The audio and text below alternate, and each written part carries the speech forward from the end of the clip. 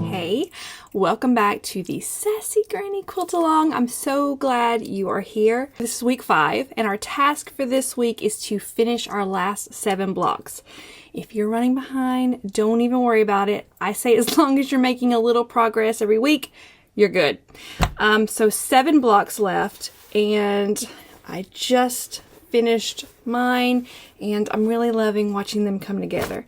And I'm also looking a lot on Instagram, scrolling through the Sassy Granny Quilt Along hashtag and seeing your blocks, and they're so pretty, and I just love it. It makes me squeal every time I see one. A lot of people are already getting their quilts finished. So I just wanted to remind you that we have 2 sponsors for the Quilt Along for long arming. So check out the blog post that goes along with this video, and you'll see our sponsors. The links go right to their websites where you can set up long arming. And yeah, so check those out if you're getting close to done, or if you're thinking about how you're going to get this quilted. Those are really, really great options.